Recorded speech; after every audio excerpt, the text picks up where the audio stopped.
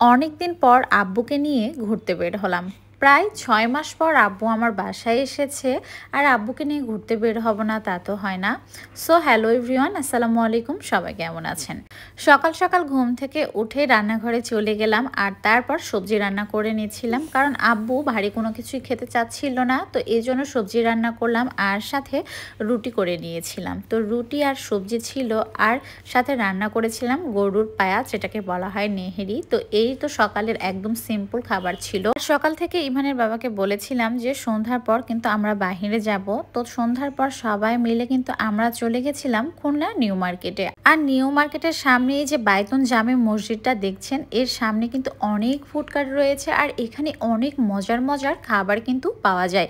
কি নাই বলতে গেলে সব ধরনের আইটেম আপনি এখানে পেয়ে যাবেন। ফুচকা, চটপটি, জুস, হাওয়াই মিঠাই, jhalmuri, pizza, burger, sandwich, french fry, fried rice, সব কিছু রয়েছে কিন্তু এই ফুডকার্টগুলোতে। তো এখানে কিন্তু অনেক ধরনের জুস আইটেমও ছিল, কিন্তু বাহিরের জুসগুলো আমার কেন জানি খেতে একদমই ইচ্ছে করে না। তো আজকে ইচ্ছে করছিল মোমো খেতে। তো এখানে কিন্তু আমরা মোমো অর্ডার দিয়ে দাঁড়িয়েছিলাম। দিতে অনেকটা দেরি করেছিল, প্রায় 15 থেকে 20 মিনিট সময় নিয়েছিল ওরা। তো তারপরে তো ফাইনালি মোমোগুলো কিন্তু আমাদেরকে দিয়ে দিয়েছিল, আর মোমোর টেস্ট কিন্তু মাশাআল্লাহ অনেক বেশি ইয়ামি ছিল। আর এখান থেকে কিছু ফ্রেঞ্চ ফ্রাই নেওয়া হয়েছিল, কিন্তু গরমে একদম এখানে দাঁড়িয়ে খেতে পাচ্ছিলাম না।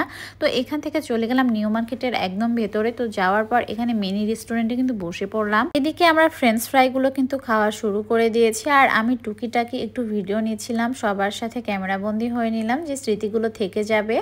আব্বুকে আবার কবে সামনে থেকে দেখতে পারবো জানি না, হয়তো বা ঈদে। তো যখন মন খারাপ থাকবে, আব্বুকে দেখতে ইচ্ছে করবে, তখন কিন্তু এই ভিডিওগুলো দেখে নিতে পারবো, তখন ভালো লাগবে। আর এইদিকে আবার খাবার অর্ডার দিচ্ছিলাম যে কি খাওয়া যায়। কোল্ড কফির সাথে পিৎজা অর্ডার করেছিলাম। তো শুরুতেই আমাদের কোল্ড কফি কিন্তু দেওয়া হয়ে গেছে, আর পিৎজাটা একটু সময় নিচ্ছে, কারণ গরম করে তারপর সার্ভ করবে। তো কোল্ড কফিটা কিন্তু বেশ মজাই লাগছিল, যেহেতু গরম এই জন্য ঠান্ডা ঠান্ডা বেশ ভালোই লাগছিল। আর এইদিকে কিন্তু কোল্ড কফি শেষ হতে না হতেই পিৎজাটাও চলে এসেছে।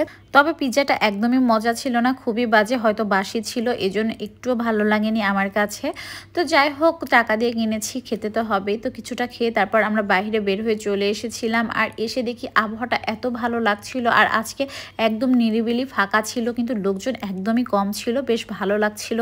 তো এখানে বসে অনেকটা সময় কাটিয়েছি, আর বাচ্চারাও খুব দৌড়াদৌড়ি করেছে, মজা করেছে।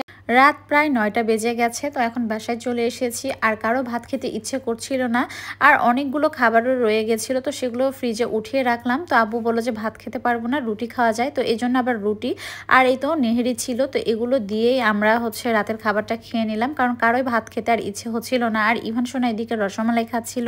তো আজকের ভিডিও এই পর্যন্তই। সবাই ভালো থাকবেন, সুস্থ থাকবেন। আল্লাহ হাফেজ।